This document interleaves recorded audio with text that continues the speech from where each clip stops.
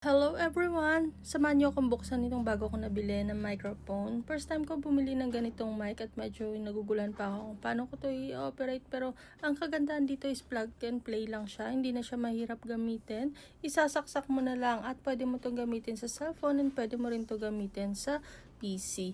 Ito nga pala yung kanyang cord. Actually, ito hindi talaga nagagamit. Ito lang talaga yung kailangan ko. Yung USB and Type-C na charger. Yung USB sa computer, Type-C sa cellphone. Ito naman ay hindi ko alam kung para saan. Sa table yata ito nilalagay. Ang kanyang stand ay yung ordinary na stand. Actually, nakabili na ako nito. Pare-pares lang sila. Meron pa nga siyang kasamang hook na nilalagay sa mic na isang klase. Yung condenser guys na merong screw sa gilid. Yan yun.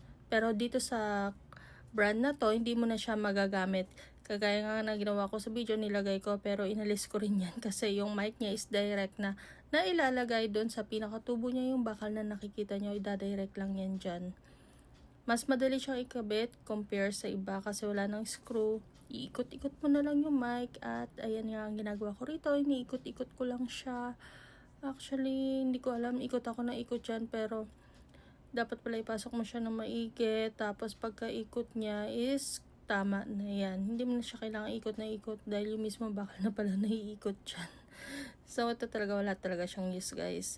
Sa naririnig nyo ngayon, gamit ko na rito ang mic para matest yung kanyang sound. Actual na to. Kung ano naririnig nyo, yun mismo ang quality ng kanyang mic. Yes, sa cellphone ko lang siya ginamit. Kaya kung gusto mo rin mag-check out nito, i-check out mo na.